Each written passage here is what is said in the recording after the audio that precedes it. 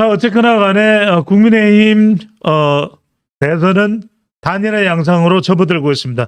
당에서 과연 어떤 식으로 처리가 될지 중진들이 움직이고 있고 서서히 당 내에서 뭐 초선 의원들 움직임도 나타나고 있습니다.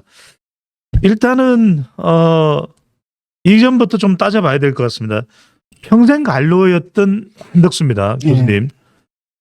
이 대선에 나선 이유가 뭘까요? 뭔가 명분은 출마 선언문에서도 이야기를 하긴 했습니다만 사퇴 담화문과 출마 선언문 내용들 뭐 꼼꼼히 보신 분도 있고 아닌 분도 있고 교수님 보시기에는 그 내용들을 봤을 때 뭐 때문에 출마를 했다고 보시는지요? 유인태 그 친구인 유인태 씨가 한 말 있잖아요. 그 말이 맞다가 봐요. 그래서 그분이 뭐라 그러냐면 헷가닥한 것 같다.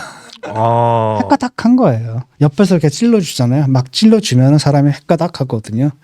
그러니까 보통 정치인들이 내가 그러잖아요. 내가 정치인이 못 되는 이유가 있거든요.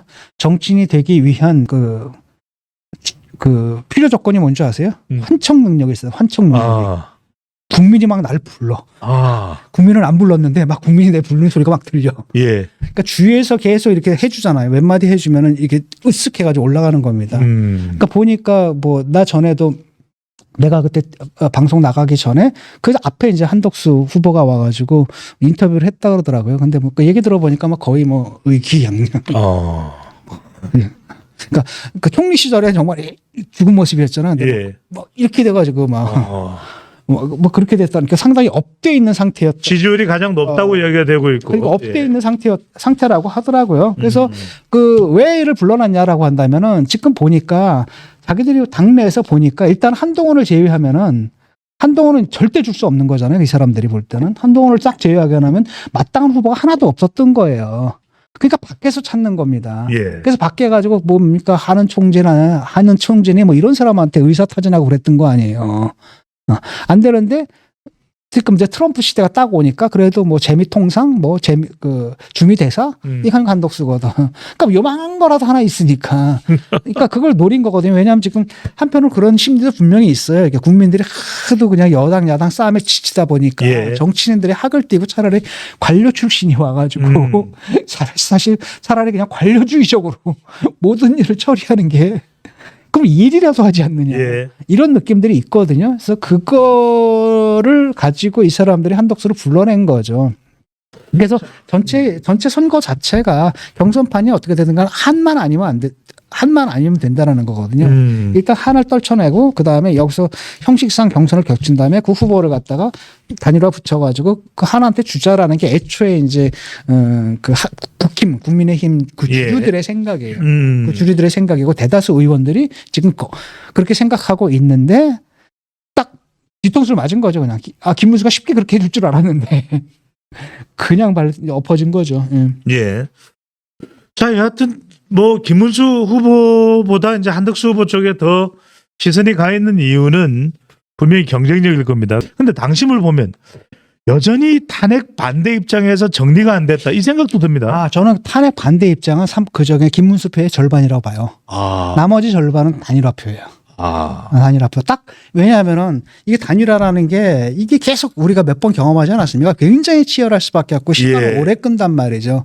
오래 끌기 때문에 그 과정 속에서 단일화 효과라는 게 반감을 해버리고 심지어는 역효과를 낼 수 있거든요. 이른바 단일화 피로증 이런 거 있었잖아요. 옛날에 문재인 안철수 단일화가 그래가지고 결국은 큰 효과를 거두지 못했던 거잖아요. 예. 그게 또 재현될까봐 두려워가지고 뭡니까? 딱 봤는데 김문수 딱 보니까 처음부터 그냥 그 얘기를 하네. 그러니까 그다음에 김문수를 보니까 권력 의지가 특히 또 있어 보이지도 않거든. 예. 그냥 얼떨결에 끌려 나온 거란 말이지. 1, 3번 안 했다고. 그러니까 뭘 해서 뛰어오른 게 아니라 뭘 안 해서 뛰어오른 그런 경우란 말이죠.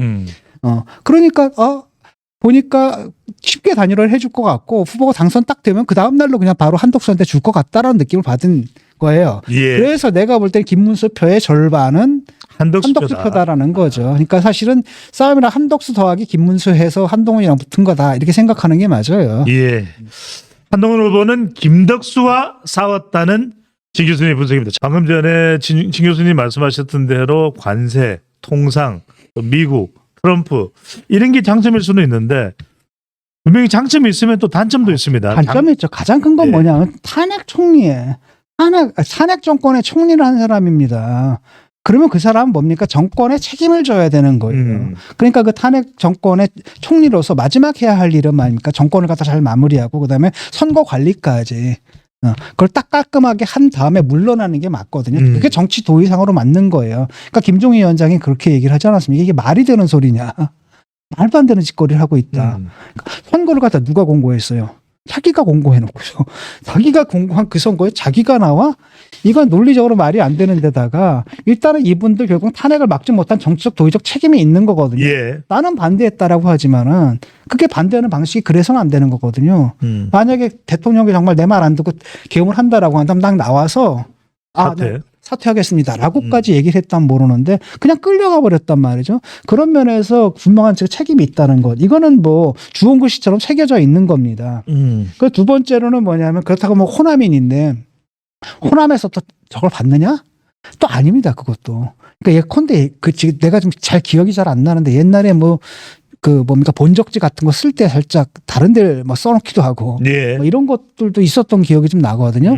그래서 호남 사람들이 별 이분을 그다지 좋아하지 않아요. 그래서 호남의 그 소구력도 없다. 이번에 이제 5.18 묘역 갔다가 뭡니까 물러가라는 얘기만 듣고 다시 후퇴했지 않습니까? 그런 게 있겠고 또 하나는 뭐냐 나이가 너무 들었어요. 나이가 너무 들었고 이러다 보면 좀 세대 교체가 돼야 되는데 지금 국힘 후보 김문수도 그렇고 또 누굽니까 이분도 그렇고 이재명 그 한참 위라는 거예요. 그다음에 뭐냐면은 일단은 정치인의 근육이 과연 있을까라는 겁니다. 바로 이 부분입니다. 관료 생활만 했죠. 관료 생활만 했기 때문에 예. 이게 뭐 저쪽에서 이제 공격을 해대면은 요번에도 사실 그렇거든요. 만약에 김문수가 버티잖아요. 그럼 수 없어요. 아웃돼야 되는 겁니다. 그럼 버틸 만한 힘이 있을까 이런 생각이 좀 듭니다. 네. 그게 이제 이분이 이제 갖고 있는 단점이고. 예. 네. 자, 여하튼간에 호남 인사라고 이야기를 합니다만은 전주에서 출생을 했고 초등학교 입학은 전주에서 했는데 초등학교 졸업, 중학교 졸업, 고등학교 졸업, 대학교 졸업은 다 서울입니다. 자, 그래도 3자 가상 대결에서는 김문수 후보보다는 한덕수 후보를 대입했을 때 더 격차가 좁혀지긴 합니다. 리얼미터가 실시한 조사에서 이재명 46.5%, 한덕수 34.3%, 이준석 5.9%인데 일단 이 조사 결과를 보면은 교수님 먼저 첫 번째 여쭤볼 것은 이재명 후보도 직전 3자 대결보다는 지지율 내려왔거든요. 50%를 기록했는데 이건 다분히 이따 뒤에 이야기는 하겠습니다만 짧게 대부분 선거 영향이 이재명 후보도 있다고 봐야 될까요? 그 부분도 없지는 않을 겁니다. 분명히 그 부정적인 영향을 분명히 주겠죠. 또 하나의 결정타는 뭐냐면은 만약에 대선 전에 형량까지 확정이 된다면, 예. 형량까지 확정이 된다면, 양형까지. 그렇죠. 그러니까 예컨대 양형까지 형량이 이제 확정이 되면은 예. 그때 또 한 번 타격을 받겠죠. 왜냐 국민들이 뭡니까 유죄 확정됐지, 형량까지 확정됐지, 남은 건 형식적인 절차밖에 안 남은 거거든요. 예. 라고 하면 원래 이 사람은 뭡니까 자격이 없는 사람이에요. 레드 카드로 이번 대회에 나올 수가 없는 사람인데.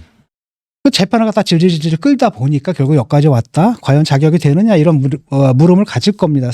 특히 이제 중도층에서는 그 부분에 대해서 상당히 심리적인 동요가 좀 있겠죠. 과연 이런 사람 찍어도 되겠느냐 그런 측면이 있겠죠. 그다음에 시간이 가면 갈수록 어차피 좁혀져요 이게. 점점 좁혀지는 그 경향이 나올 수밖에 없는 거고. 예. 왜냐하면 일단은 이재명 같은 경우는 완전히 결집한 상태거든요. 완전 결집이 끝난 상태입니다. 후보가 확정됐고 결집이 끝난 상태지만 아직까지 이쪽 진영은 그러니까 보수 진영 쪽에서는 아직 후보가 확정되지 않은 거거든요. 물론 김문수가 확정됐다라고 하지만은 많은 심지어 김문수를 찍어준 사람들의 상당수도 뭐라고 생각하는 겁니까? 네가 최종 후보가 아니다라고 생각을 하고 있거든요. 근데 그 최종 후보가 결정된 다음에 아마 이제 나오는 지지율이 예. 선거 결과에 근접한 지지율이 되지 않을까 좀 예상을 합니다. 네. 그래서 한덕수가 조금 김문수에 비해 가지고 상대적으로 조금 유리하게 나오죠. 몇 퍼센트라도 더 높게 나오는 건 바로 뭐냐면은 그거예요. 탄핵 반대 스탠스가 한덕수는 약하거든요. 김문수에 예. 비해서. 그러니까 중도층이 갖고 있는 거부감이 김문수에 비해서는 한덕수의 경우가 조금 더 약하다라는 겁니다. 그 거부감이. 그러니까 그게 이제 퍼센테이지 적으면 3%, 많으면 6%까지 퍼센테이지 차이로 좀 나오는 거거든요. 또 어떤 퍼센테이지든지 간에 뭐 지는 데는 지장 없는 퍼센테이지입니다. 네. 자, 이번 대선을 5% 중도 전쟁이라는 이야기를 하면서 대부분 선거 이후 그 부분이 다 반영된 리얼미터 조사는 아닙니다. 이건 4월 30일부터 5월 2일까지 진행되기 때문에 1일 날 선거 오후에 내려진 선거가 오롯이 반영된 건 아니고 절반 조금 가량, 절반 정도 가량 반영이 됐다 이렇게 볼 수 있는데 이 조사에서 한덕수와 이준석을 합하면 40.2%가 되고 이재명과는 6.3%포인트 차이가 납니다. 자, 한덕수 입장을 여쭤봅니다. 교수님, 이준석 후보가 이런 보수 대연합에 응해 줄까요? 아니에요. 왜냐하면 스탠스가 다르거든요. 스탠스가 다르고 그럼 그 이준석 같은 경우는 이번이 이제 광팔 수 있는 좋은 기회거든요. 예. 그런데 그 광을 받아가지고 얻을 게 불분명하다라는 거예요, 지금. 예를 들어가지고 지금 보게 되면 사실은 김문수 후보도 그렇고 한덕수 후보도 그렇고 결국은 뭡니까? 탄핵 반대쪽 스탠스로 인지가 되고 있거든요.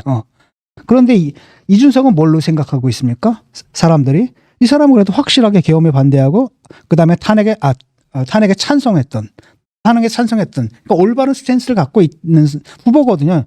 그러니까 이준석의 장점은 딱 거기서 나오는 겁니다. 보수 후보 중에 유일하게 탄핵 찬성의 입장을 갖고 있는 후보예요.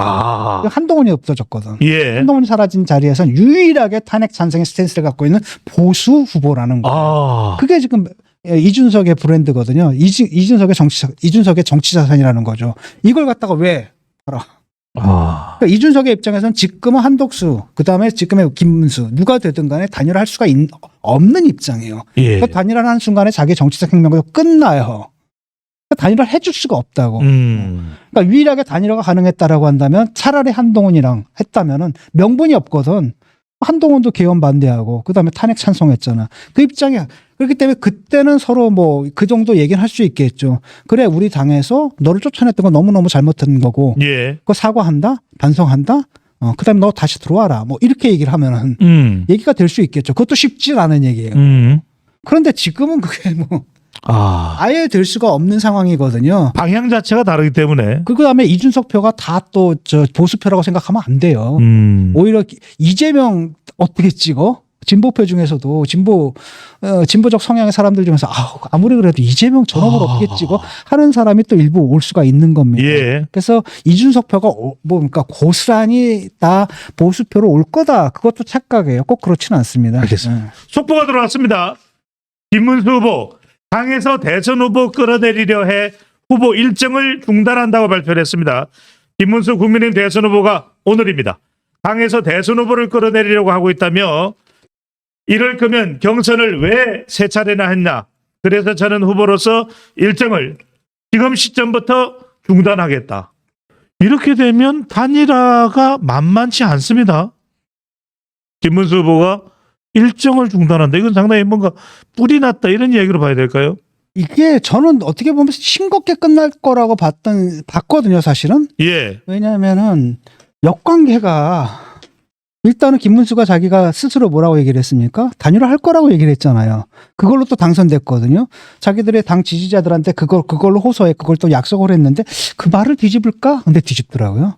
또 하나는 뭐냐면 설사 그 뒤집는다 하더라도 지금 역관계가 사실 김문수 캠프가 좀 고립돼 있거든요. 지금 권건 체제가 있어요. 예. 권건 체제가 있고 사선들 성명내잖아요. 그 삼선들 움직이죠. 근데 재선 초선이 또 김문수 만나러 내려가거든요. 무슨 의미예요? 단일화 빨리 해라. 거의 단일화 빨리 하라고 전 당적인 압력을 가하고 날짜까지 바꿨거든요. 왜냐하면 10일하고 11일 날 그때 단일화를 못 하게 되면 어떤 일들이 벌어져요. 기호를 2번으로 못 꽂죠.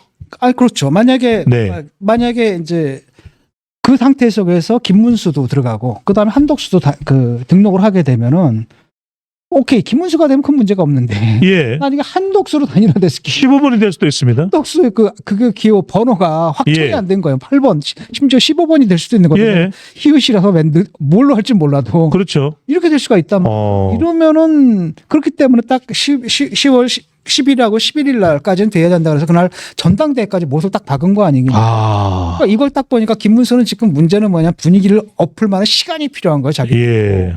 그렇잖아요.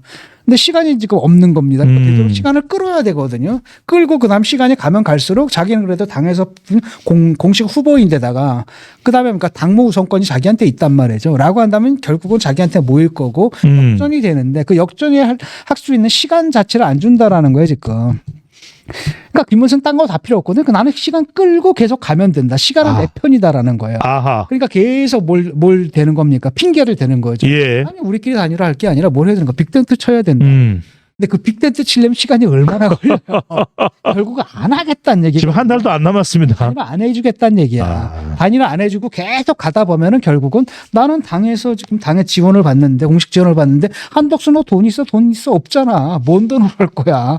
이러다 보면 어차피 너 찌그러지고 그러니까 김재원이 그 얘기를 한 거 아니야. 결국은 투표용지에 한덕수 이름은 없을 것이다가 그 얘기예요. 그 얘기라는 거지. 자, 속보가 또 들어왔습니다. 이 상황에 대해서 한동훈 전 대표의 유튜브에 글이 올라왔습니다. 단일화 갈등에 이렇게 될 줄 몰랐나. 그건 그 전에 단일화 올라왔죠. 진통 와중에 당원 늘리기 집중 왜? 그전에 올랐습니까? 네. 5일날 올라온 거네요. 네. 자, 여하튼 5일날 올라온 유튜브 채널 라이브 방송에서 김 후보와 한 전 총리의 단일화 과정에서 국민의힘 안팎의 갈등이 표출되는 상황을 지적한 것입니다. 결국 이렇게 될 줄도 모르고 저를 막기만 하면 된다고 생각했던 건가? 라는 이야기까지도 나오고 있는 상황입니다. 교수님, 자, 이 상황에서 한덕수 후보는 뭔가 일정을 계속 소화하고 있습니다. 어제인가요? 네. 이낙연 전 총리와 회동을 했는데 이것도 어느 정도 뭐 과시적인 연대 가능성이 있다고 봐야 됩니까? 뭐 이낙연하고 해봤자 얻을 게 별로 없거든요. 왜냐하면 이낙연이 동원할 수 있는 표가 많지가 않아요. 거의 없거든요. 제로에 수렴한다고 봐요. 그래서 어떤 상징적인 성격 이것 외에는 없고 그 다음에 뭐 이낙연하고 같이 하려면 또 뭐 당명 바꿔라, 뭐 바꿔라, 뭐 여러 가지 조건들이 나올 텐데 그걸 갖다 한덕수 스탠스에서 바꾸시는 것들이 아니거든요. 그래서 그거는 뭐 안 하는 것보다 나을 수 있겠지만은 그게 이렇게 큰 변수가 된다고 생각하지 않습니다. 저는 그냥 아무 변수도 아니라고 생각해요. 예. 별 의미가 없다. 이낙연이라는 사람이 현재 정치 지형에서 갖고 있는 몫이 거의 없다. 그러니까 거기서 얻을 목도 없고 뭐 한다고 그거 한다고 괜히 뭐 시간만 늦어질 뿐이고 예. 온갖 잡음 또는 여러 가지 얘기만 나올 뿐이지 그렇게 얻을 플러스 요인이 뭔가 우선은 국민의힘과의 단일화가 될 텐데요. 그렇죠? 네. 그러니까 아마도 그걸 기대하는 것 같아요. 호남표를 얻어오겠다라는 건데 저는 그 이낙연 후보가 호남에서 그 득표를 그렇게 높다고 생각하지는 않아요. 예. 자, 이 점은 어떻게 보십니까? 김문수 한덕수 단일화에 대해서 계속 좀 교수님의 의견을 여쭤보겠습니다. 한덕수는 조금 급할 수밖에 없습니다. 왜냐하면은 11일까지 단일화가 안 되면 한덕수 후보 쪽에서는 상당히 비용이나 기호나 이런 부분들이 이제 조급해질 수밖에 없는데 그래서 어제입니다. 부처님 오신 날 조계사 법회에 참석을 해서 법연회에 참석을 해서 모든 사안을 국힘에 일임하겠다. 네. 양보하는 듯이 이야기를 했는데 2002년에 노정 단일화, 노무현 정몽준 단일화에서 노무현 후보의 입장처럼 취했는데 김문수 후보는 주도권 갖고 천천히 판단하겠다. 이것도 역시 김문수 후보의 조금 지연 전략이라고 할까요? 좀 약간 시간은 내 편이다 전략 이렇게 봐야 될까요, 교수님? 그렇지. 그러니까 모든 사안을 국힘에 일임하겠다. 이건 무슨 얘기냐면 권건 체제에다가 일임하겠다라는 거예요. 예. 권건 체제. 그러니까 현행 지도부한테 일임하겠다라는 거고. 근데 김문수는 뭐냐면은 주도권 갖고 해결하겠다. 이거 무슨 얘기입니까? 내 캠프에서 하겠다라는 얘기거든요. 그러니까 내 캠프 사람을 받아라. 그래서 그게 이제 장동혁 그 얘기로 나오는 거예요. 장동혁을 사무총장 만들려고 했는데 예. 저쪽에서 안 받아주고 그래가지고 당무 우선권 어쩌고 저쩌고 그래가지고 당원 논쟁까지 이제 벌어진 거거든요. 그러니까 당무 우선권이라는 것은 권한이 있는데 그것 자체가 법적으로 또는 당규상 보장되어 있는 그런 권한은 아니거든요. 관습적으로 허용되거나 관습적으로 부여되는 권한이지 당규상의 권한은 아니었던 모양이에요. 그러니까 서로 할 말이 있는 거죠. 예. 아무리 그런다 하더라도 네 마음대로 다 하는 건 아니다. 네가 후보 됐다 그래서 당무우선권 내세워가지고 네 사람 갖다가 사무총장 앉히고 이건 아니다. 우리랑 적어도 합의는 돼야 된다. 그 얘기를 하는 거예요. 그 싸움이 이제 벌어진 거고 거기서부터 일단은 이제 김문수 쪽에서 일패한 거죠. 그래서 장동혁이 이제 스스로 물러나는 일들이 벌어졌거든요. 지금 그 싸움이고 지금 당에서 아주 전방위적 압박을 가하고 있고 예. 마지막에 극약 카드를 꺼낸 겁니다. 나 이러면 나 후보 안 해. 그 이제 파토 놓을 수도 있다. 그렇죠. 나는 끝까지 갈 거다. 나 그냥 후보 안 하고 그러니까 후보 자리를 내놓겠다는 얘기 아닙니다. 예. 난 후보지만 활동 안 하겠다는 거. 가만히 있게 버티겠다는 얘기예요. 버티고. 그러면은 결국은 11일 지나게 되면 뭡니까? 등록을 해야 되는 거고 예. 등록하겠지. 등록을 하고 한독수도 등록을 하겠지. 계속 그래가지고 그렇게 가게 돼 보면 어차피 한독수는 줄어들고 있고. 지금은 나를 욕하는 니들도 결국은 내 밑에서 일할 수밖에 없지 않느냐라는 계산인 거예요. 끝까지 가겠다라는 거죠. 아니 교수님 이렇게 되면은 사실상 뭐 다 들러붙어도 이재명 후보에게 될까 말까 이런 분석들이 나오는데 이렇게 되면 거의 보수 깽판이 나는 거 아닙니까? 그렇죠. 뭐 그런 거죠. 그러니까 이게 되려면 그러니까 제대로 되려면 근데 한동훈이 딱 됐다라고 한다면 예. 그다음에 이런 식으로 시간 끌기로 하는 게 아니라 아하. 정면 승부를 던져가지고 그래 딱 됐다 그 한덕수 붙어보자 그 한번 하자 뭐 토론회 한번 하고 그다음에 당 뭐 이렇게 가지고 정면 승부를 본다라든지 차라리 이렇게 됐을 거라는 거예요. 더 컨벤션 효과도 살아났을 테고. 그다음에 왜냐하면 한동훈의 입장에서도 한번 걸어야지 되거든요. 예. 왜냐하면 한동훈이 됐다라고 한다면 뭐 이것도 하나의 드라마지만 더 큰 드라마는 사실 한덕수를 꺾는 드라마란 말이죠. 그걸 갖다가 자기가 계속 빼고 이런 식으로 김문수가 하듯이 그런 방식으로 이겨가지고 감동도 없고 드라마도 안 나오잖아요. 그러니까 정면 승부 불리한 걸 안다. 뭐 수치상으로 여론조사 수치상으로 내가 불리하지만 난 걸겠다. 옛날에 저기도 그랬잖아요. 노무현도. 그렇죠. 공공지나 단일화할 때 예. 저쪽에서 문항 우기니까 계속 주장하니까 알겠다. 그 불리한 문항 내가 받겠다 해서 승부해서 이겨버리잖아요. 그게 드라마가 써지는 거거든요. 예. 근데 그렇게 했을 것 같아요. 근데 지금 이제 김문수는 그게 아니라는 거죠. 왜냐하면 그럴 만한 명분이 없어요. 이 사람한테는. 한동훈이 갖고 있는 명분이 없거든요. 그러니까 끝까지 이제 꼼수로 이제 개기는 거죠. 끝까지 버티고 가지고 한덕수로 하여금 더 이상 견딜 수 없는 상태까지가 되면은 예. 어차피 한덕수 아웃되고 그럼 지금 니들이 나를 욕한다 하더라도 니들이 뭐야? 어차피 선거 치르려면 예. 내 밑에서 치러야 되지 않겠어? 라고 한다면 우리 캠프에 있는 사람들이 나와 우리 캠프에 있는 사람들이 이제 당에서 주도권을 갖게 되는 거고 당권을 저절로 확보하게 된다. 이 계산이에요 지금. 그러니까 선거에 이긴다 진다가 아닙니다. 당권을 누가 확보하느냐 문제라는 거죠. 그 싸움이에요. 지금 대권인데 오히려 지금 상황들을 보면 진행된 상황을 보면 진 교수님 분석은 오히려 당권 쪽이 아니냐라는 또 분석을 하게 됩니다. 자, 교수님 근데 이런 일련의 과정, 경선 또 지금 단일화 윤석열 전 대통령의 의중이 들어가 있을까요? 아닐까요? 그건 좀 불분명해요.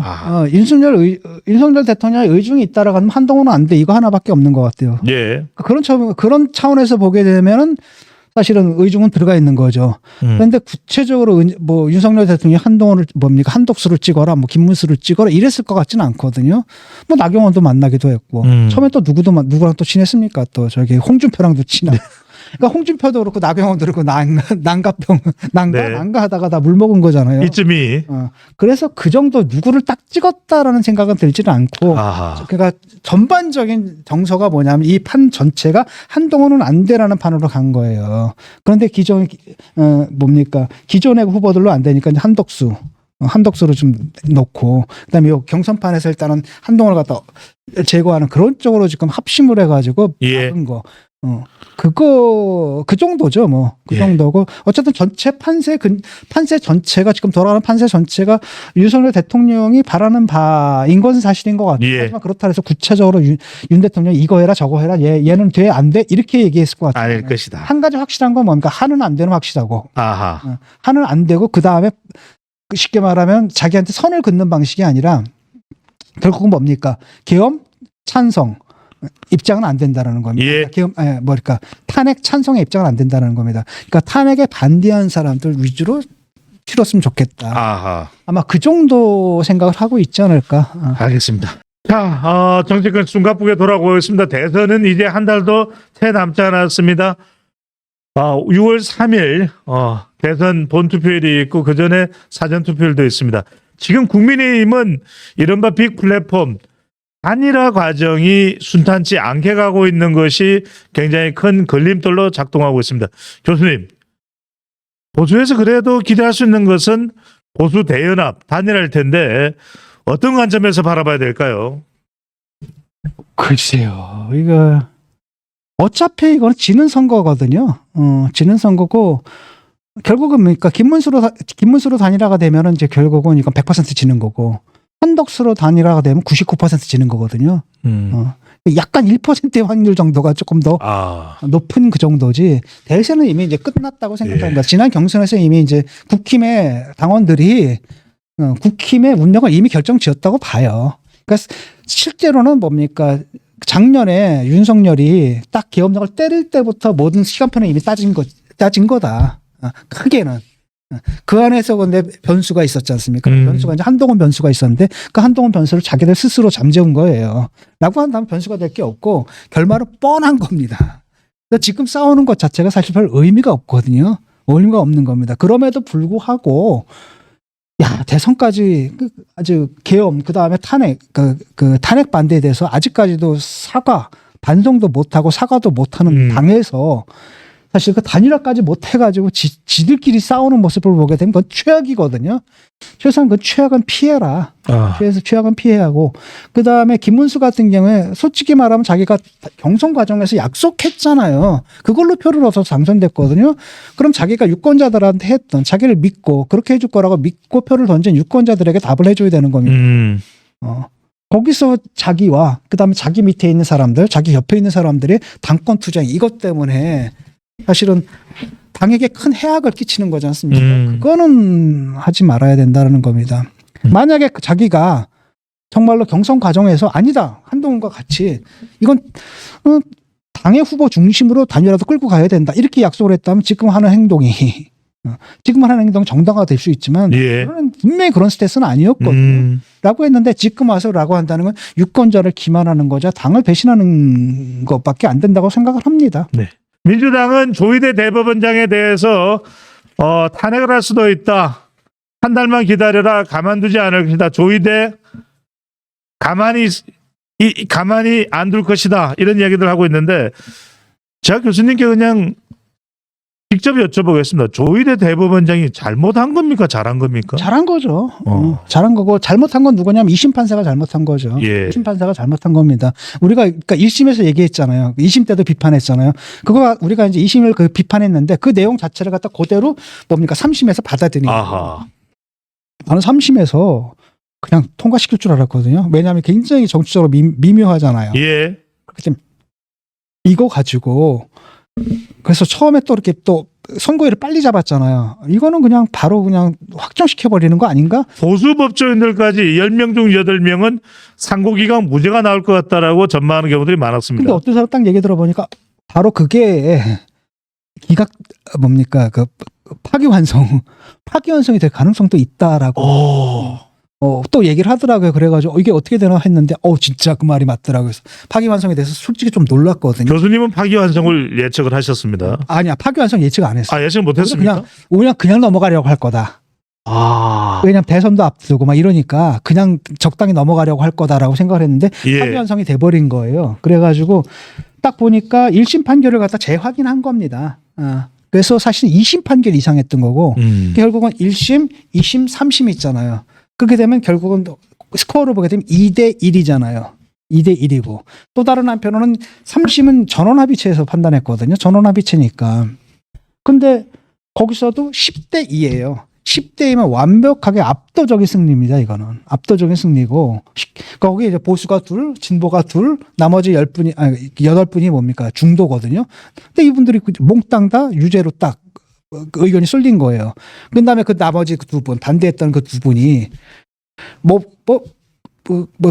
비판을 갖다 한 절반을 갖다 썼다라고 하더라고요. 전체 판결문의 절반 가량이 반대 의견으로 포함이 됐습니다. 이걸 딱 보는 순간에 이 사람들 되게 이상한 사람들이다. 이 사람들 굉장히 정치적으로 편향되어 있다. 그러니까 뚜렷한 그 배경들을 갖고 있더라고. 우리 법 연구회부터 무슨 법 연구회. 그 전까지만 해도 나는 이런 배경들은 중요하지 않다고 얘기를 했잖아요. 근데 이걸 딱 보는 순간 이거 중요한가 보다. 왜냐하면 이 사람들 판결이 튀잖아. 튀는 데다가 그래서 오케이 튀는 것까지 좋은데 그걸 가지고 이렇게 판결문의 절반 이상이 되는 수백 쪽입니다. 그걸 달았다라는 건 이 사람들 도대체 뭐지? 그거는 정치적으로 굉장히 편향됐다는 얘기거든요. 그래서 그걸 딱 보는 순간에 좀 무섭다는 생각이 들더라고요. 저 사람 대법관이었어? 이런 생각이 딱 들고. 그러니까 판사들 사이에서 정적 판단에 자기 정적 견해에 의해서 좌우되는 게 있구나 그런 사람이. 그걸 느낀 겁니다. 2심 판사도 그렇고. 그리고 2심 판결이 굉장히 이상했잖아요. 일단은 사진에 대해서도 뭐라고 얘기했냐면 뭐 어쩌고저쩌고 뭐 등등등등 얘기를 했는데 조작이라고 했습니다. 네. 네. 그런데 사진 조작이 아니잖아요. 그 확대한 것에 불구하고 예. 그다음에 골프를 친 것처럼이라고 했는데 마치 내가 골프를 친 것처럼 근데 그 말이 뭐가 잘못됐느냐 막 이런 거잖아요. 근데 그게 이제 코노테이션과 디노테이션이 있거든요. 좀 설명해 주십시오. 그러니까 원래 뭐라 그랬냐면 그러니까 만약에 이재명 대표가 그렇게 얘기를 했어야 되는 겁니다. 이게 원래 8명이 찍은 사진이거든요. 그런데 국힘에서 내놓은 사진은 그걸 갖다 4명이 찍은 것처럼 이렇게 했어요. 강조를 했습니다. 이렇게 얘기해서 아무 문제 없는 거예요. 예. 근데 거기다가 이래놓고 사진을 조작해놓고서 내가 마치 골프를 친 것처럼 이랬거든. 그러니까 보통 사람들이 들을 때 뭐야? 김문기랑 골프 친 적이 없네라고 듣는다라는 거예요. 예. 그게 이제 1심 판결이잖아요. 1심 판결에서 뭐냐면 그 맥락은 뭘로 봐야 되느냐? 보통 사람들이 받아들이는 거. 그래야 장난을 안 치거든요. 그래서 디노테이션이라는 건 표면적인 의미고 그다음에 코노테이션이라는 건 함축적 의미거든요. 그러니까 콘텍스트를 갖다 딱 배격하고 요것만 딱 내는 겁니다. 예를 들어가지고 내가 그때 스페인 여행 갈 때 그 작가가 뭐라 그랬습니다. 나보고 선물 사오지 마 그랬거든. 예. 무슨 뜻이에요? 사오라는 얘기죠. 사오라는 얘기잖아요. 네네. 근데 그것만 딱 보고 야 선물 사오지 말라 그러는데 너 왜 선물 사오라는 얘기로 이해를 하느냐. 이렇게 판결을 한 거거든요. 그러니까 그런 식의 말장난을 정치인들이 많이 하고 이재명이 고수를 쓰다가 딱 걸린 건데 그걸 갖다 법원이 딱 지적한 거거든요. 그런 장난을 하지 말라고. 예. 그러니까 디노테이션, 코노테이션 그 부분이고 두 번째는 뭐냐면 낱말들을 갖다 막 이리저리 분해해놨다라는 거예요. 따로따로 잘라가지고 한번 얘기를 해볼게요. 그러니까 분해 오류라 그래 논리학에서 분해 오류. 자, 물이 화학식이 뭐예요? 분자식이 H2O죠. 그렇죠. H2는 수소죠. 예. 수소 액체예요, 기체예요? 기체. 기체죠. O는 산소죠. 예. 산소는 액체예요, 기체예요? 기체. 야, 수소도 기체고 산소도 기체죠. 예. H2O는 그러니까 뭐예요? 기체지. 기체. 엑센데. 그렇죠. 이게 이제 분해 오류라는 거예요. 그러니까 딱 그거 그 논리학의 아주 논리학의 교과서에 나오는 아주 고전적인 네. 오류거든요. 그런 식의 판결문이 2심 판결문이라는 예. 겁니다. 그걸 지적한 거예요. 그래서 다시 이걸 빠꾸를 딱 돌려버린 거죠. 아하. 10대 2라고 하면 이건 압도적인 거거든요. 네. 10대 1이면 압도적인. 그럼에도 불구하고 민주당은 조희대 대법원장은 윤석열 전 대통령과 잘 아는 친구 사이다. 그리고 10명 중에 12명 중에서 10명은 윤석열 정부에서 임명이 됐다. 완전히 성향대로 나누어졌고 이것은 5월 1일 선고를 내린 것은 이재명 대표를 이재명 후보에게 부정적 영향을 주는 대법원의 선거 개입이다. 이렇게 규탄을 하고 있습니다. 말도 안 되는 거죠. 그러면 말도 안 되는 거고 그렇다면 그다음부터는 뭡니까? 그럼 민주당 정권에서 된 대법원 판사들은 그럼 다 뭡니까? 대법관들은 다 민주당 편이야?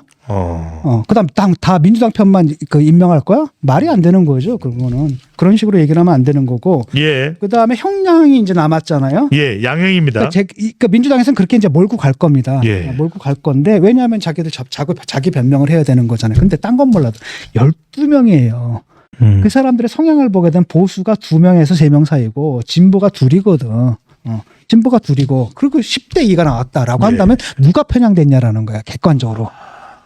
그쪽 사람들이 편향된 거라는 거지. 그게 상식적인 거잖아. 그다음에 1심 유죄, 2심 무죄, 3심 2대 1이잖아. 그것만 봐도. 예. 그다음에 저 사람들이 하는 얘기가 바로 뭐냐면 그 판결 자체에 대해서는 아무 말도 못해요. 그렇네요. 한 말도 못하고 맨날 시기만 얘기하잖아요. 아하. 시기만 얘기하거든요. 아니 판결에 문제가 있으면 어느 부분에 어느 판단이 문제가 됐는지를 얘기하라고. 그 얘기를 아무도 못하거든요. 그러니까 그 시기만 가지고 막 얘기를 하는 겁니다. 시기가 문제라면 진작 얘기를 하지. 사실 2심 판결도 상당히 빨리 나왔거든요. 그럼 그때도 시기를 문제 삼든지. 3심 판결도 일찍 나왔잖아요. 그러면 그때 처음부터 문제 삼든지. 무죄였다면 시기를 문제 삼지는 않는다라는 겁니다. 적절한 시기였다. 네. 사법부가 대선 투표를 앞두고 사법 정의를 이뤄냈다. 이렇게 또 반응이 나왔다. 아니 이게 너무 늦은 겁니다. 원래 원칙대로는 몇 년 얼마 안에 해야 돼요? 633. 633이 또 1년 안에 끝내야 되는 걸 계속 늘렸단 말이죠. 그다음에 또 하나는 뭐냐? 선거법의 취지가 뭐예요, 지금? 거의 그러니까 지난 선거에서 반칙 쓰는 사람 선거에 못 나오게 막겠다라는 게 그게 이 법이 보호하려는 법이기거든요. 예. 그랬는데 지난 법원에서 이게 그런 반칙을 한 사람이 이번 선거에 아무 지장 없이 나와? 이러면 법을 뭐하러 만들어? 이런 문제가 있는 거거든요. 예. 법 자체 존재 의미에 관한 문제라는 겁니다. 그러니까 사실상 그 전에 확정이 됐어야 되는데 법원에서 이제까지 늦춰온 거 그거 자체가 문제였고 실질적으로 그 1심 판사 같은 경우에 굉장히 정치적으로 일부러 늦췄거든요. 이거. 예. 이 사람들의 정치 성향이 문제인 거죠. 이거 자체가 문제인 건 아니고 네. 형량이 남았는데 이거는 유죄는 확정됐습니다. 이미. 여기서 무죄로 갈 수는 없어요. 이제 양형이네요. 양형. 유죄인데 100만 원 이상이냐, 100만 원 미만이냐. 그런데 네. 그 대법원 그 판결을 딱 보잖아요. 그러면 엄청나게 중대한 범죄라고 규정을 해놓고 있습니다. 아. 유권자 판단, 뭐 선거, 뭐 민주주의 제도. 그래가지고 이걸 갖다 형량은 더 이상 낮출 수가 없어요. 벌금형이 아니라 그때 뭔가 1심 형량이 집유였거든요. 그 실형에다 징역 1년, 집행유예 2년이었습니다. 그러니까 거기서 더 낮춰줄 수가 없습니다. 그러니까 이거는 당선 무효형 확실해요. 아. 이건 그래서 확정됐다고 봐도 되는 겁니다. 실질적으로는. 근데 문제는 뭐냐면 요 선거가 대선 전에 나오느냐, 예. 뒤에 나오느냐, 그 차이는 있겠죠. 아. 내 생각엔 대선 전에 냈어야 됩니다. 왜냐하면 유권자들이 알고 찍어야 되거든, 최소한. 유권자들이 알고 찍어야 되거든요. 그래, 어떻게든 용서하겠다면 해라, 표로. 하지만 적어도 알고는 해라. 알고는 있어야 된다는 거. 그렇기 때문에 그 전에 내는 게 맞다라는 겁니다. 예. 10월 첫 재판이 있고 첫 재판은 나오지 않을 것이고 그러면 한 5일 뒤에 20일에 두 번째 재판이 있고 두 번째 재판은 나오지 않을 것이고 그러면 그때부터는 피고인이 재판에 나오지 않아도 선고를 내릴 수 있기 때문에 세 번째 25일에서 30일 사이에 양형 선고가 내려질 수도 있다는 보도가 나오는데 이 점 어떻게 보십니까? 내려줘야죠. 내릴 가능성이 네. 상당히 크죠. 지금 서두르는 걸 보니까 상당히 서두르는 걸 보니까 딱 그거 좀 생각한 것 같아요. 아니 그것도 못할래 이 법을 뭐하러 만드느냐. 그다음에 실제로는 선거법을 갖다 비판하는 사람들이 있거든요. 그렇다면은 지금 와가지고 비판할 게 아니라 평소에 비판하고 그다음에 국회의원들은 뭡니까 법 만드는 사람들인데 그때 진작 만들었어야지. 낸좀 가만히 있다가 자기들이 걸리니까 법이 문제다? 이제 고쳐야 된다? 뭐 이따 얘기하는 거 아니겠습니까? 예. 그거는 말이 안 되는 거고 쉽게 말하면 법이다라는 것은 보편적 적용을 위한 거지 자기들이 어떤 특수한 이익에 따라서 이리 만들고 저리 만들고 이거는 입법 활동이라고 할 수가 없는 거죠. 네. 그건 아닌 것 같고. 그리고 여기서 또 하나 민주당에서 두 개의 법안을 발의했습니다. 하나는 현직 대통령은 형사 재판을 중지한다. 또 하나는 대법관을 확 숫자를 늘려서 대법관의 숫자를 늘린 상태에서 대법원 판결이 이루어지도록 한다. 대법원 숫자의 증가. 또 형사재판은 현직 대통령에게는 중지. 어떻게 봐야 될까요? 그러니까 이게 지금 장난을 좀 치는 것 같거든요. 지금 현재는 뭐냐 헌법 제84조 있잖아요. 여기에 대한 해석은 정설이 지금은 없어요.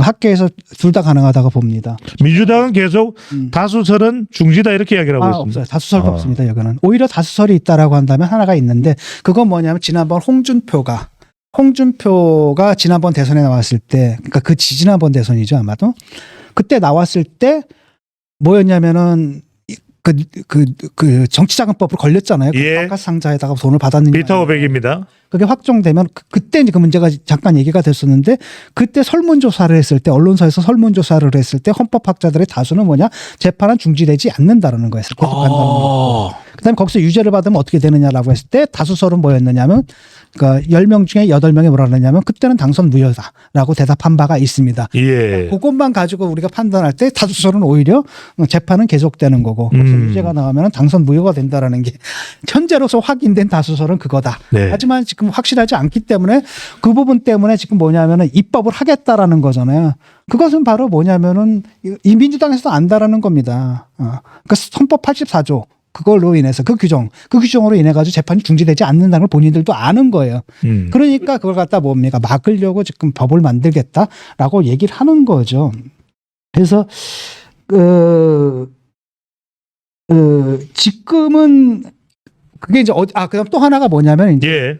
유죄 판결 시에 당선이 되느냐 안 되느냐 이것도 사실 논란이 좀 있거든요. 확정이 좀 안 돼 있는 상태거든요. 그래서 그 부분도 이제 아마 판단을 받아야 되는 겁니다. 근데 지금 이 모든 권한이 누구한테 있는 거냐? 대법원한테 있어요. 그러니까 대법원에서 만약에 그 사람 재판을 계속하겠다면 말릴 수 있는 그게 없는 겁니다. 가는 겁니다. 안 하겠다라고 한다면 또 하게끔 강제할 수단도 없어요.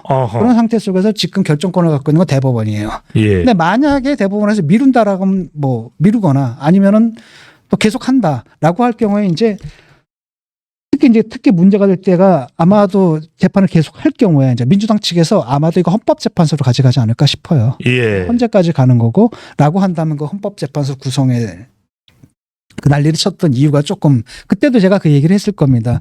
아마 이런 사태가 있기 때문에 미리 정지 작업을 하는 게 아니냐 이런 게 있겠죠. 근데 지금 당장은 뭐냐? 대법원에서 간다라고 막을 수가 없어요. 재판한다라고 한다면.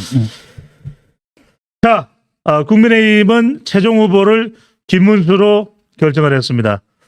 상당히 토론은 한동훈 후보가 잘했다는 평가임에도 불구하고 끝내 당심을 돌릴 수는 없었던 것 같은데 교수님 일단 어떻게 국민의힘 최종 경선 결과 분석을 하시는지요? 그 어려운 싸움이었는데 뭐 내심 기대했죠. 한동훈 후보가 막판에서 치고 올라오는 기세가 있었기 때문에 막 그냥 올라가는 김에 딱 김문수마저 제쳐버리면 참 좋겠다. 그래야 이제 드라마가 만들어지고 서사가 만들어진다라는 게 제 얘기 아니었겠습니까? 그런데 당심을 꺾지는 못했던 것 같아요. 네. 그래서 사실은 숫자상으로 이미 이제 어려운 싸움이었던 게 드러났고요. 왜냐하면은 그 홍준표 지지했던 사람들이 또 다 어디로 갔습니까? 잽싸게 또 김문수 캠프로 갔잖아요. 그건 결국은 경선 구도 자체가 탄핵 찬성이냐 반대냐 그 싸움에서 탄핵이 이제 반대파들이 아직도 당의 주류를 차지하고 있다는 걸 좀 보여주는 거죠. 그리고 김문수를 꺾기에는 좀 시간적으로 상당히 좀 부족했던 것 같아요. 사실은 2차 경선 끝나고 나가지고 3차까지 예. 시간이 거의 없었잖아요. 토론회도 몇 번 했습니까? 딱 한 번 했거든요. 그러니까 이게 기세가 좀 붙으면은 쭉 올라갈 때까지 시간이 좀 필요한데 최소한 한 일주일 정도라도 더 있었으면은 또 결과가 달라졌을 것 같아요. 조기 대선이 아니라 정상적인 네. 대선 경선이었다면 결과가 달라졌을 수도 있다는 예측도 있더라고요. 네네. 그런데 이제 그 부분이 시간이 너무 짧았다는 측면이 있는 것 같고, 그 다음에 김문수 캠프에서 그 후보 단일화 카드 그게 이제 먹혔다는 생각이 들어요. 예. 그러니까 애초에 자기들을 뭐라고 브랜드 마킹했습니까? 김문수 더하기 한덕수를 하지 김덕수. 얼찌문덕 이야기도 했습니다. 라고 하는 거죠. 그러니까 사실은 당원들은 봤거든요. 이 사람 토론하는 걸 봤단 말이죠. 그래서 이 사람 가지고는 이재명하고 토론에 붙을 수가 없다는 걸 알아요. 후보의 자격을 본 게 아닙니다. 자질을 본 게 아니라 뭘 본 거예요. 아니라 가능성을 봤다라는 거죠. 그래서 사실은 김문수한테 준 표는 너 이거 가지고 완주하라는 표가 아니라 너 이거 가지고 한동훈 떨쳐내고 그다음에 한덕수랑 너 단일화해라 이런 뜻으로 준 표거든요. 이거는 사실은 꺾기가 힘들다라는 겁니다. 이게 사실은 반칙이고 어떻게 보면은 편법이잖아요. 당에서 말이죠. 그런 식으로 선거운동을 한다는 게 말이 됩니까? 그랬는데 어쨌든 그 카드가 먹혔던 것 같고요. 아마 근데 과연 한동훈이 과연 그런 카드를 썼어야 되느냐라고 했을 땐 또 한동훈으로서는 쓸 수 없는 카드이기도 해요. 그게. 왜냐하면 명분 그다음에 원칙을 중요시 여기는 사람이 그런 식의 김문수 캠프처럼 막 그냥 일단 당선되기 위해서는 원칙이고 뭐다 내던져 버리고 막 이렇게 할 수는 없는 거 아니겠습니까? 그러니까 어쩔 수 없는 부분이 좀 있었던 것 같고 결국은 그게 난 표심을 갈랐다고 보는 겁니다. 그리고 본인들도 그렇게 얘기를 하더라고요. 장동혁 씨 만났는데 그렇게 얘기를 하더라고요. 승인이 뭐냐라고 했을 때 바로 그 승인 중에 하나가 바로 이거였다. 김덕수 그다음에 김덕수 카드 쉽게 말하면 한덕수하고 김문수 단일화 카드 이걸 내세운 게 아주 주요했던 것 같다라고 자기들 스스로도 그렇게 분석을 합니다. 그러니까 결국은 뭐냐면은 그 단일화 열망 때문에 보수 내에 있는 그 단일화 열망 때문에 사실 후보의 자질을 보진 않은 겁니다. 토론을 한다 하더라도 거기서 자질이라는 건 딱 드러난 거 아니겠습니까? 일단은 첫 번째는 뭐냐면 김문수 그 스탠스 가지고는 붙을 수가 없어요. 그 탄핵으로 인해서 치러지는 대선이거든요. 그런데 탄핵 반대 이 스탠스 가지고 되겠느냐라는 거죠. 만약에 한동훈이 딱 나갔다라고 한다면 민주당에서는 지금 이걸 갖다가 내란 종식이라는 프레임으로 선거를 치르려고 하는데 적어도 한동훈한테 안 먹히거든. 한동훈은 오히려 거꾸로 역공격을 할 수가 있거든요. 나는 그때 들어갔다. 계엄 해제 의결하러 들어갔다. 체포의 위험에 있는데도 불구하고. 이재명 후보보다 먼저 들어갔다. 그렇지. 나 먼저 들어갔다. 너 그때 뭐 하고 있었느냐. 네 말로 얘기하지 않느냐. 숲속에 숨어 있었다고 한 시간 동안 무서워서. 딱 그렇게 되면 사실 딱 뒤집을 수가 있는 거거든요. 일단 이런 스탠스가 안 되는 겁니다. 그리고 토론 능력도 잘 안 되는 데다가 예. 노쇠하다는 게 지금 드러났잖아요. 예컨대 뭐 세대 교체라고 하니까 말귀를 못 알아듣잖아. 여러 차례, 이것도 한두 번이 아니라 3번, 4번 했을 때야 비로소 알아듣고. 그래서 일단은 뭐 육체적으로 상당히 좀 노쇠했다는 느낌이 드는데 이 부분을 본 게 아니다라는 겁니다. 뭐 경제 문제에서도 상당히 디테일이 좀 떨어졌던 부분들이 있고, 예컨대 국민연금 갖다가 뭐 비트코인에 투자한다 이런 거 예. 의학하잖아. 이게 뭔 소리야? 위험 자산입니다. 위험 자산을 갖다 거기다 투자하는 나라가 어디 있어? 근데 뭔가를 좀 잘못 알고 와가지고 얘기를 했던 거잖아요. 예. 근데 그런 것들이 드러났음에도 불구하고 당심에서 상당히 앞섰던 것은 뭘 본 거예요. 이 자질, 어차피 뭐 너 나갈 것도 아닌데 뭐 너 내보낼 거 아니거든. 그러니까 자질 문제는 접고 일단 한덕수랑 단일화부터 해라. 근데 딱 보니까 한동훈 같은 경우에 뭐라고 얘기를 했습니까? 어쨌든 간에 정당에서 후보를 뽑았으면은 그 정당의 후보 중심으로 단일을 하든지 말든지 해야 되지 않느냐. 그냥 경선이 진행되는 동안에는 경선에 주목을 해야지. 자꾸 단일화 이런 얘기 해서는 안 된다라는 거죠. 이게 원칙적으로 맞는 입장이잖아요. 예. 라고 하니까 그 보수 유권자들 같은 경우 딱 보니까 한동 가지고는 예를 들어가지고 그 단일화가 좀 더 힘들 수 있겠네라고 판단한 것 같고, 김문수를 딱 보니까 당장 내일이라도 당선되면 바로 다음 날이라도 단일화 해줄 것처럼 보이거든. 또 그렇게 말을 했잖아요.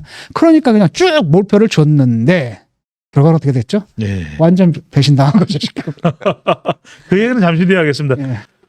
6월 3일까지 여하튼 최종 경선에서 선택을 받지 못한 한동훈 후보는 6월 3일 대선까지는 교수님 어떤 길을 가야 될까요?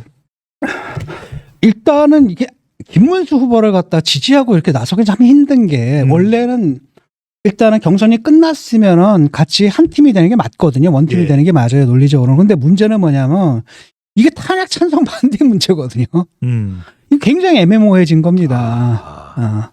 그러니까 원래대로라면 그래도 당의 후보고 나랑 경쟁해서 이긴 후보라고 하면 승리해주고 축하해주고 그다음에 그를 위해서 한 팀이 되는 게 맞잖아요. 근데 문제는 뭐냐면 그렇게 한 팀이 됐을 때 그 이슈 자체가 뭐였냐면 탄핵 찬반인데, 이거는 공화국에 관련된 문제고 헌법에 관련된 문제거든요. 근데 괜히 이걸 도와줬다고 했다는 너 또 입장 왜 틀었냐 이런 얘기를 들을 수가 있잖아요. 그러니까 굉장히 애매모호할 겁니다. 그래서 내가 볼 때는 그냥 사실은 이름 하나 올려주는 건 어렵지 않은 거거든요. 예. 뭐 그다음에 실제로 그럴 거라고 생각해서 뭐 공동선대위원장. 김문수 캠퍼에서 허락도 안 받고 그냥 공동선대위원장이라고 이름 박아가지고 발표해버렸잖아요. 그러니까 그것도 이제 기분 나쁜 부분도 있겠지만은 예. 어떻게 됐든 간에 지금 상황 속에서 내가 볼 때는 그 김문수 쪽 후보 캠프를 향해서 그렇게 얘기해야 될 것 같아요. 또 단일화한다라고 그러지 않았느냐. 그걸로 당선된 거 아니냐. 그럼 약속 지켜라. 네가 지금 하자라는 건 내가 얘기한 거 아니냐. 네 얘기는 내가 얘기한 거고, 근데 너는 경선 때는 그렇게 얘기해놓고서 이제 와가지고 예. 입장 바꾸고, 이거 유권자들에 대한 너를 찍어준 사람들이 뭐냐라는 거. 네가 좋아서 찍어준 사람들도 있겠지만 그 절반은 뭡니까? 너 양보하라고 찍어준 건데 그 표 가지고 당선돼가지고 양보 못하겠다고 하는 건 대국민 사기극 아니고 사기극 아니냐. 그 다음에 자기를 지지해 준 사람들에 대한 배신 아니냐 이렇게 얘기를 하면서 어쨌든 간에 뭐 단일화로 왔다라고 한다면은 그 약속은 지켜야 된다. 그다음 단일화는 단일화는 그다음에 빠르면 빠를수록 좋다. 예. 그리고 너 실제로 빠르게 할 것처럼 얘기하지 않았느냐라고 하는 그 약속을 지켜라라고 얘기하는 건.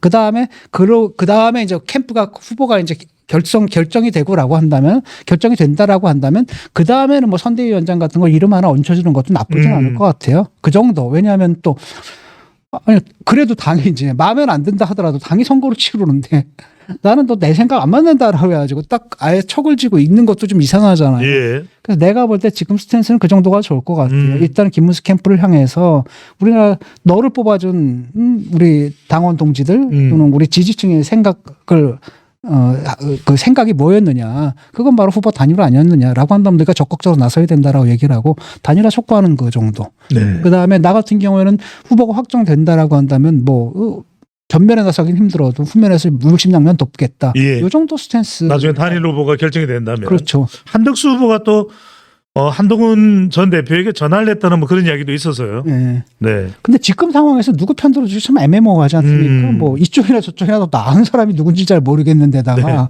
괜히 지금 문제는 뭐냐면 이제 황당한 상황 아닙니까? 보통은 어떤 상태냐면은 당의 후보가 있잖아요. 그럼 예. 바깥에 제3 후보가 있는 거예요. 그럼 당의 중심으로 단일화를 한다 하더라도 우리 당의 후보가 최종 해야 후보가 된다. 되게끔 해야 되는데 이놈의 당은 이상해요.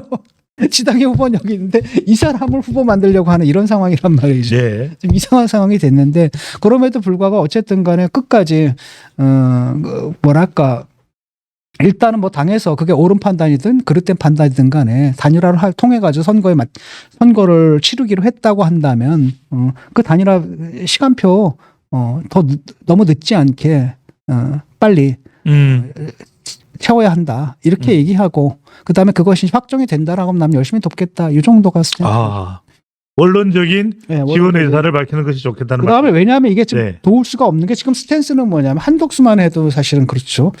김문수보다 조금 덜하거든요. 왜냐하면 한덕수 같은 경우에도 뭐 계엄에 반대하고 하지만 탄핵에 반대한 스탠스를 갖고 있지는 않았어요. 김문수는 확실하게 탄핵 반대 스탠스를 갖고 있지 않았습니까? 그럼에도 불구하고 결국 탄핵 정권의 총리잖아요. 그렇기 때문에 뭐 김문수가 된들 한덕수가 된들 그러니까 한동훈이 갖고 있는 정치 명분상 어떤 적극적으로 나서서 선거운동을 하긴 굉장히 힘들어요. 하지만은 뭐 여러 도와줄 수는 있겠죠. 전면에 나서지는 않고 측면 지원이라든지 예를 들어 가지고 자기를 지지했던 지지자들 있지 않습니까? 그 사람들에게 일단 그래도 당의 선거니까 열심히 뛰어라 우리 후보를 위해서 열심히 선거운동 해달라라고 촉구를 한다라든지 네. 지지해달라라든지 그 정도 얘기는 할 수가 있겠죠. 네. 그래도 국민의힘 전 대표였고 또 경선까지 치른 마당이기 때문에 안 도와줄 수는 없을 것이다. 원론적이고 원칙적인 차원에서의 지원 의사는 밝힐 필요가 있을 것이다라는 말씀이죠. 자, 그런데 이럴 때 이런 비유를 많이 쓰는 것 같아요, 교수님. 화장실 들어갈 때 다르고 나올 때 다르다. 그러니까 경선할 때는 무슨 얼찌문득 이야기도 했는데 지금 일단 최종 후보가 되고 난 이후에는 김문수 후보가 완주 의사를 표명하는 듯한 그런 냄새가 스물스물 올라오고 있습니다. 그 주변의 측근들도 그렇고요. 이 상황은 어떻게 봐야 돼요? 이게 일종의 뭐 전환됐다고 봐야 될까요? 아니면 뭐 견물생심이라고 봐야 될까요? 그게 일단 김문수를 도와준 지금 내가 볼 때는 국힘 사람들은 일단은 대선에 이길 생각이 없어요. 대선에 이긴다는 걸 자기들이 믿질 않아요. 그 대개는 이길 가능성이라는 건 딱 머릿속에 떠오르는 가능성 딱 하나밖에 없는 거 아니겠습니까? 계엄에 반대하고 탄핵에 찬성한 후보가 이 경선에서 승리하는 모습을 보여줄 때 국민들은 저 당이 바뀔 준비가 되어 있냐라고 판단하고 그다음을 묻게 된다라는 겁니다. 자, 그러는 미재명 너는 이렇게 돼야 되는 거잖아요. 그래서 프레임이 바뀌게 되는 거잖아요. 그게 유일한 가능성이었거든요. 일단 그걸 딱 잘라놓은 겁니다. 왜? 한동훈 때문이에요. 한동훈 때문입니다. 근데 사실 지금도 그 골치 아플 거예요. 왜냐하면 이번엔 넘어갔는데 예를 들어가지고 이번에 한동훈이 뭐였습니까? 거의 43%였고 43에서 44%예요. 예. 그 불리한 환경 속에서도 그야말로 사방천지에서 다구리 맞았잖아요. 그런데도 이 정도를 갖다가 이 정도를 확보했다라는 건 뭐가 되는 거냐면 차기에 그다음에 다음 당권 도전이라든지 이런 데서 굉장히 중요한 교두보를 마련한 거거든요. 왜냐하면 이 정도의 지지를 받을 수 있는 이제 후보가 없어요. 잠깐 보세요. 김문수 후보. 김문수 거 자기 표예요? 아니잖아요. 절반은 자기 표 아니거든요.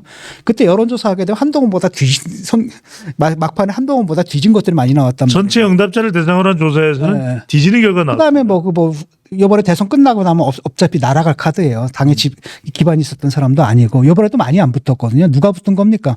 한덕수 붙은 사람들이 여기 붙은 거거든요. 잠깐 몇몇 사람들이 붙은 거예요.